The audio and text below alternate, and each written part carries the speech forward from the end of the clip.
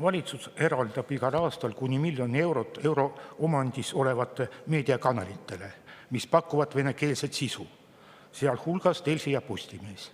Seda tehakse väidetavalt ühtse infovälja loomiseks ning ühiste väärtuste ja sõltumatu ajakirjanduse toetamiseks.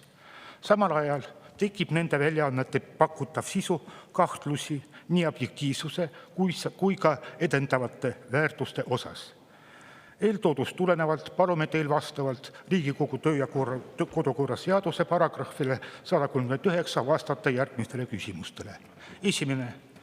Venekeelne Delfi avaldab regulaarselt pornograafilise sisuga artikleid, lood kohalikes vingerklubide kohta, pornovõtete tegemisest Eestis, sekspoodide avamisest, intervjuud pornonäitlejatega. Pealegi on need Delfi enda ajakirjanika kirjutatud originaalartiklid, mitte Google'i reklaamid, nagu ekslikult arvasite. Kas teie arvates vastab selline sisu nende väärtustele, mida Eesti riik peaks toetama? Teine. Venekeelne Postimees kuulub kontserni, mille omanik on ühe erakonna suurtoetaja Margus Linnamäe. Selle erakonna juht juhib Postimehes saadet.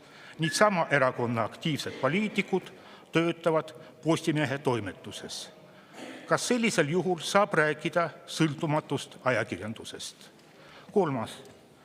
Venekeelse Delfi peatoimetaja Andrei Šumakov ilmus presidendi vastuvõtule saatjaga naisega, kelle igaüks võib tellida 140 euro eest tunnis. Venekeelse Postimehe peatoimetaja Sergei Metlev on avalikult homoseksuaal, millest on oma väljaandes uhkusega kirjutab. Kas need ongi need väärtused, mida valitsus maksumaksja rahaga toetab?